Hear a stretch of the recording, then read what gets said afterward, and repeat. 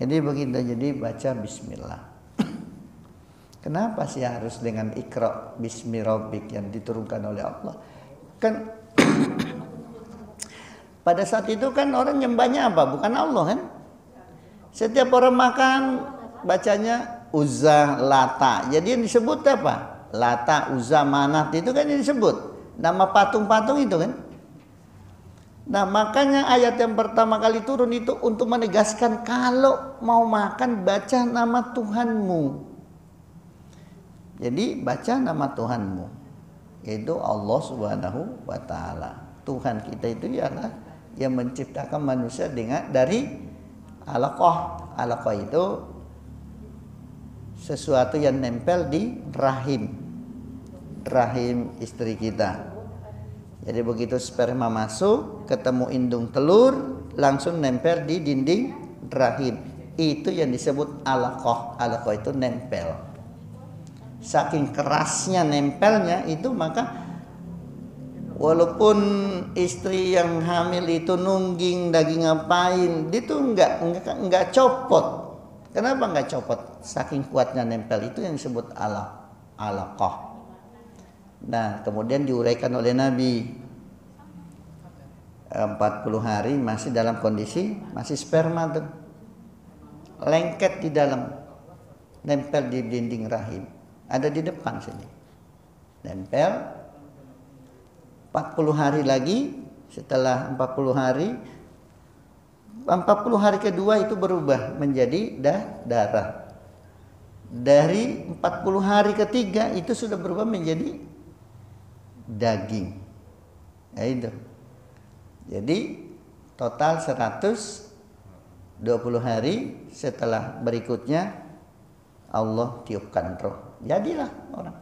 Jadi kalau 120 hari itu udah berbentuk daging, tinggal dikasih roh. Setelah dikasih roh berubah 6 bulan dia sudah ada jarinya, udah ada tangannya, ada kakinya, walaupun jarinya belum terbelah-belah. Karena anak saya waktu dia keguguran itu 6 bulan itu begini nempel, jadinya satu, belum terbelah jari-jarinya.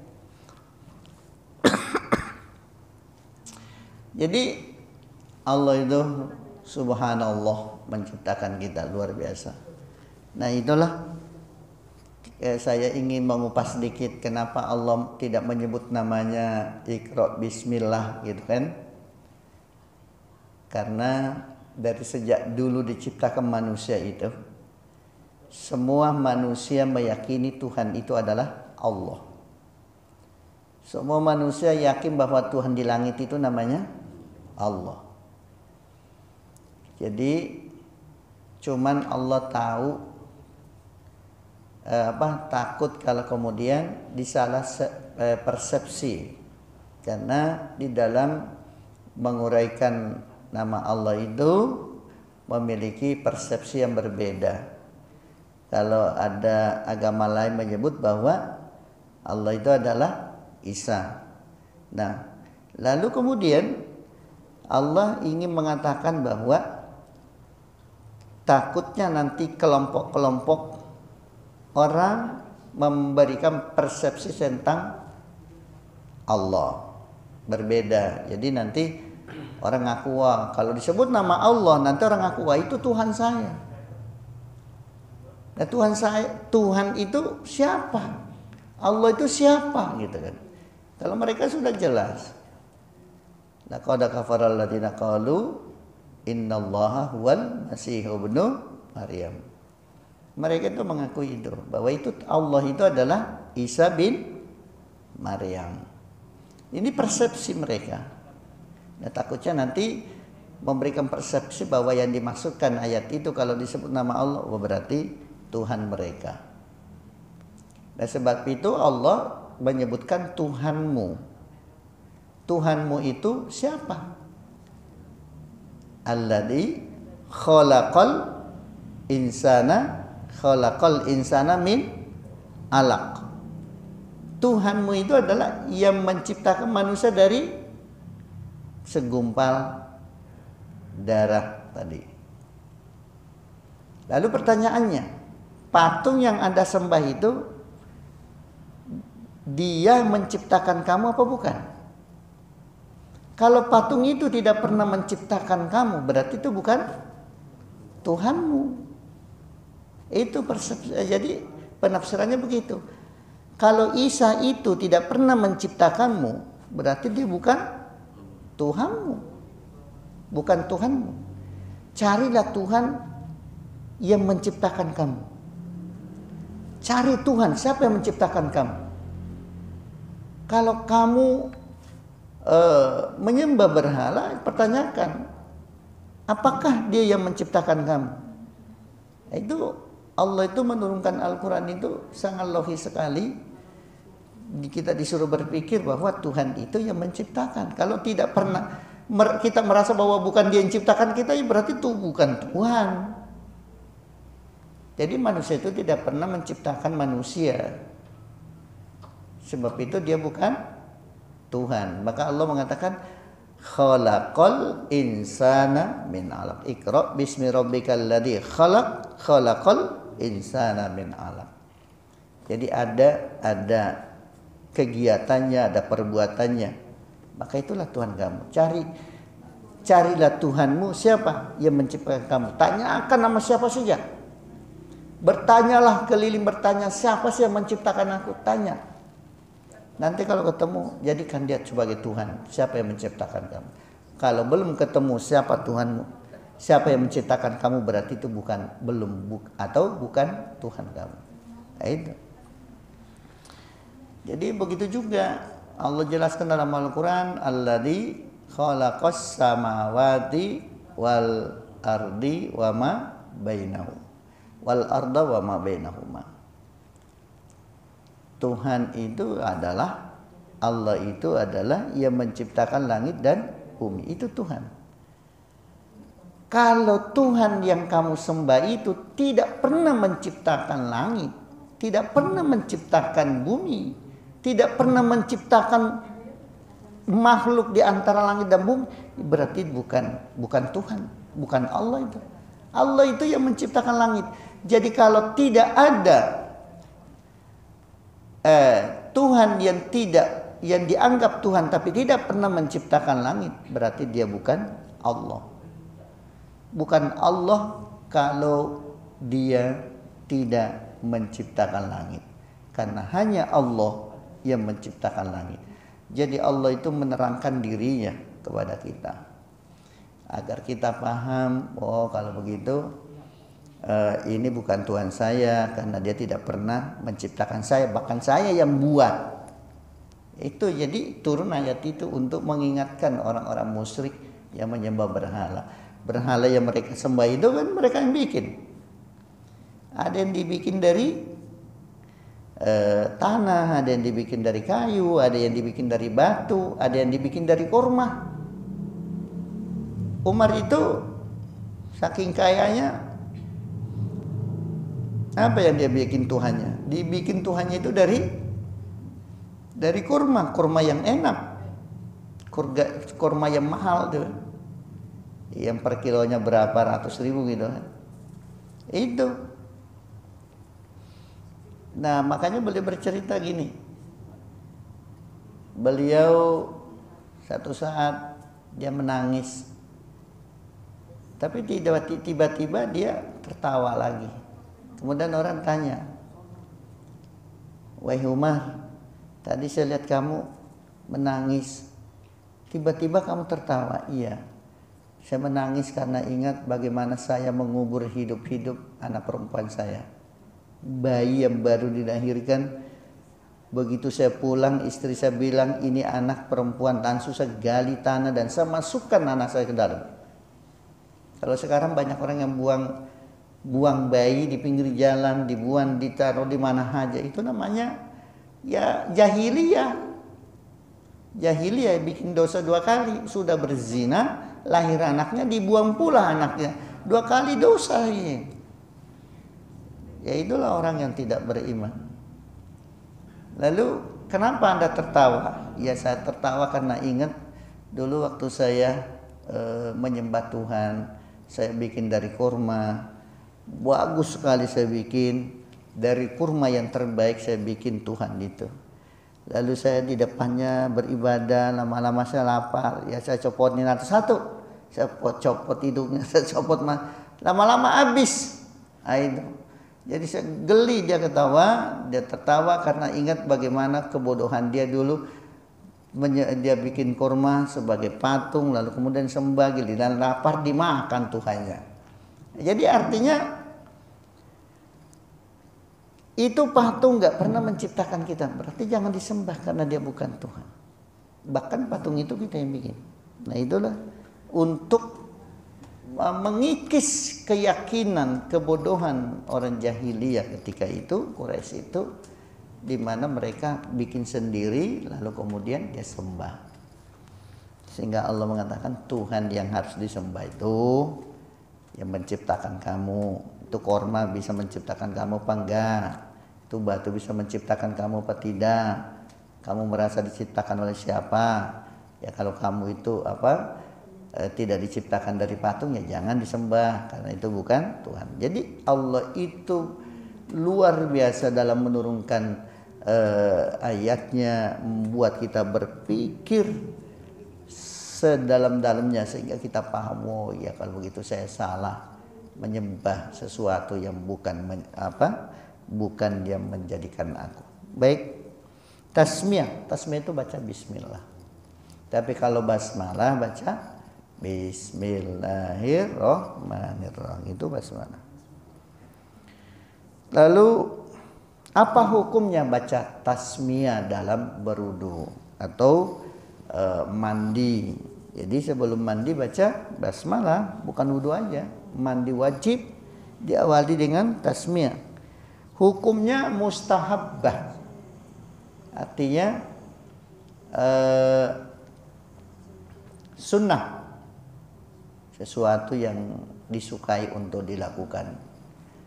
Itu kalau kata Nabi begini, sesuatu yang baik kalau tidak diawali dengan bismillah maka hilang berkahnya.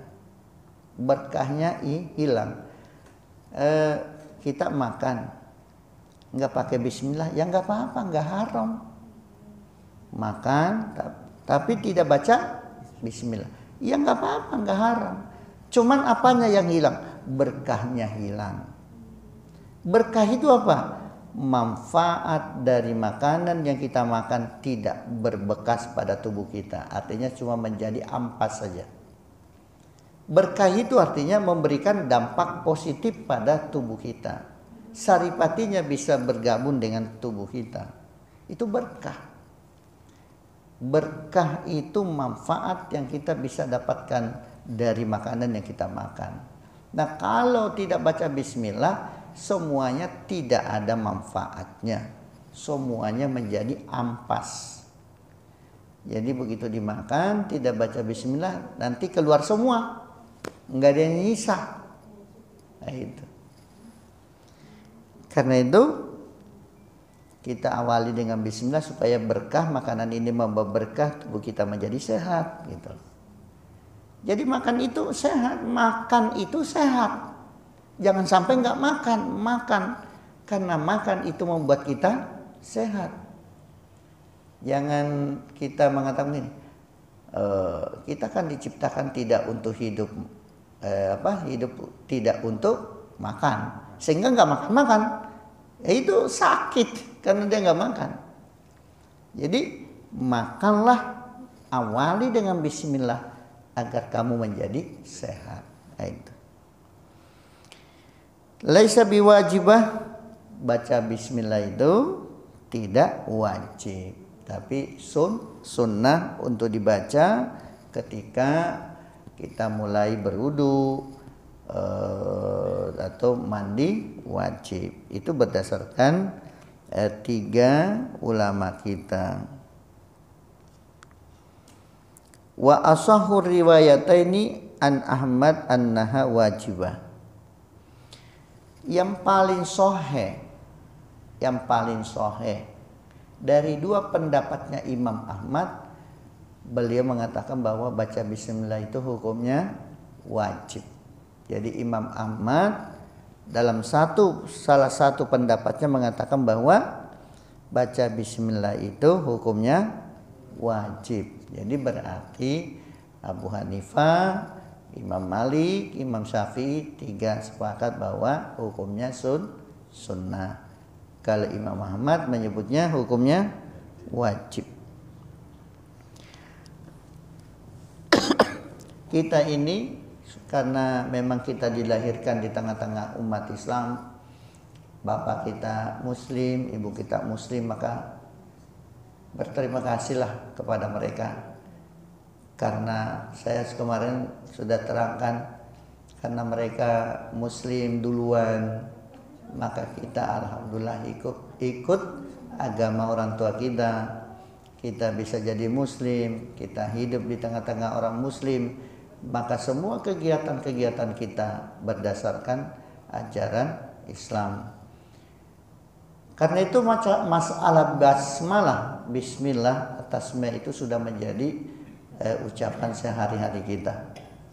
Jadi kita kadang-kadang karena sudah terbiasa bismillah, apapun yang kita lakukan sudah spontan aja.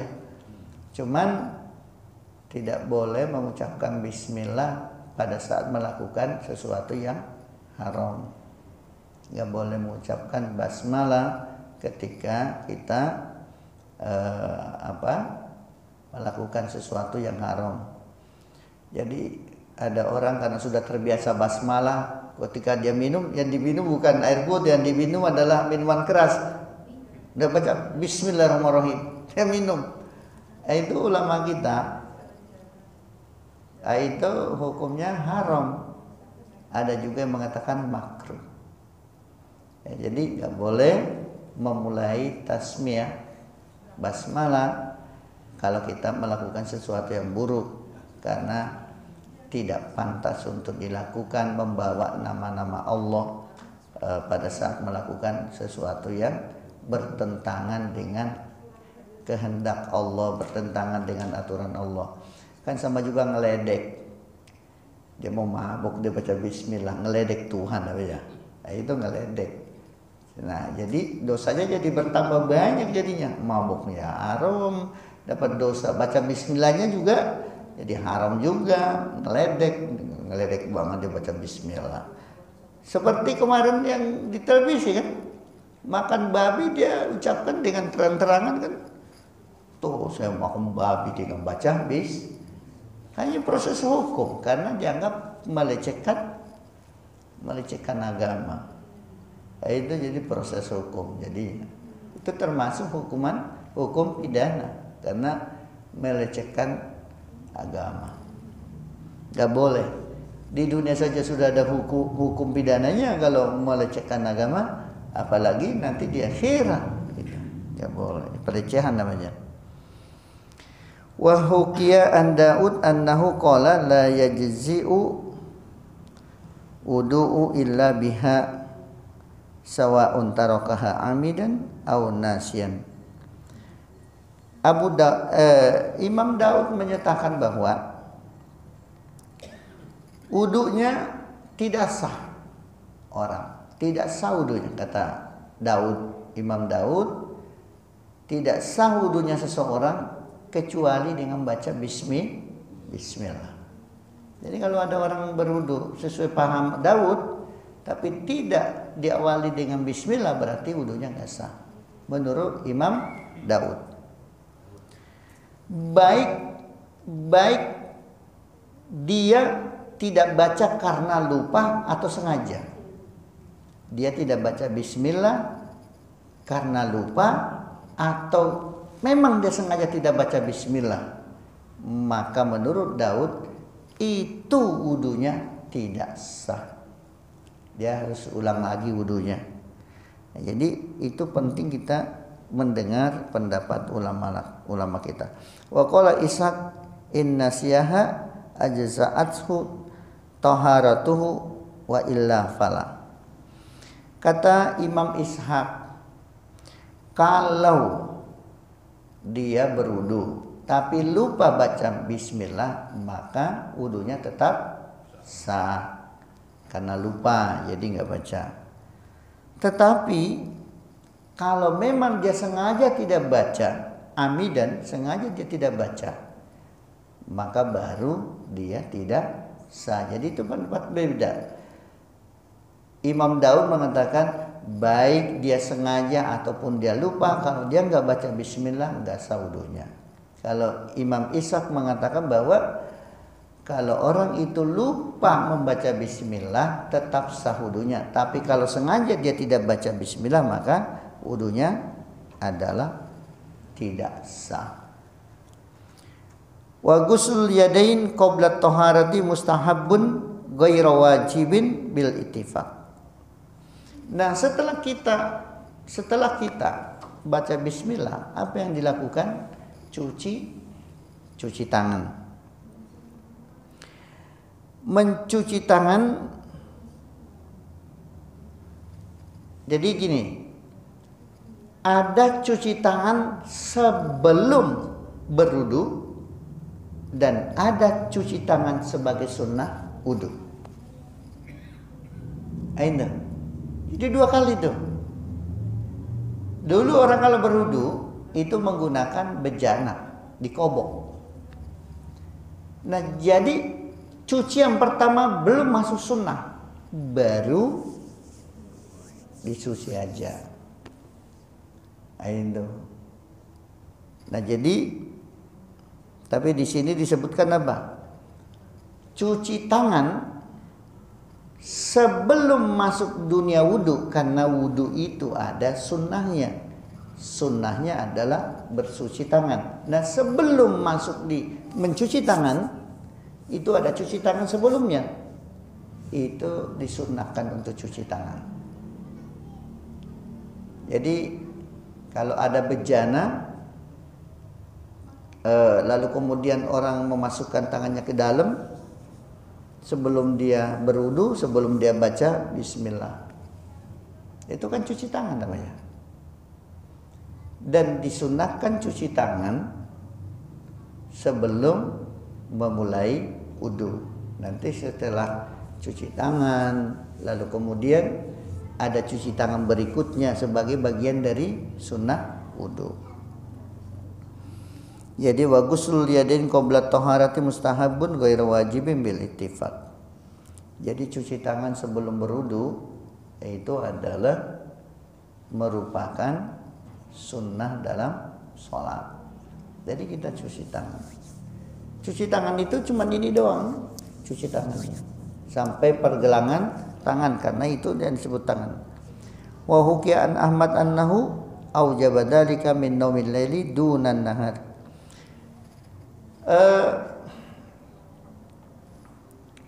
Oleh Imam Ahmad dibagi 2. Manusia itu tidur, ada yang tidur siang, ada yang tidur malam. Kalau orang itu tidur malam, maka wajib hukumnya sebelum dia berwudu dia cuci tangannya. Cuci tangannya. Kalau tidurnya malam. Tapi kalau tidurnya siang, dia tidak wajib hukumnya mencuci tangan. Dia masuk sunnah. Jadi sebelum berwudu, setelah tidur siang, disunnahkan cuci tangan. Tapi kalau dia tidurnya malam, sebelum berwudu wajib cuci tangan. Itulah pendapatnya Imam Ahmad. Mudah-mudahan ilmu yang sedikit ini mudah-mudahan ada manfaatnya, menambah pengetahuan kita, dan mudah-mudahan insya Allah bisa kita laksanakan dengan baik. Niat terutama, lakukan sunnah-sunnah, jangan pernah ditinggal, karena sunnah itu menyempurnakan ibadah kita. Terima kasih dan mohon maaf. Subhanakallahumma wa bihamdika asyhadu an la ilaha illa anta astaghfiruka wa atubu ilaik. Wal afu minkum. Wassalamualaikum warahmatullahi wabarakatuh.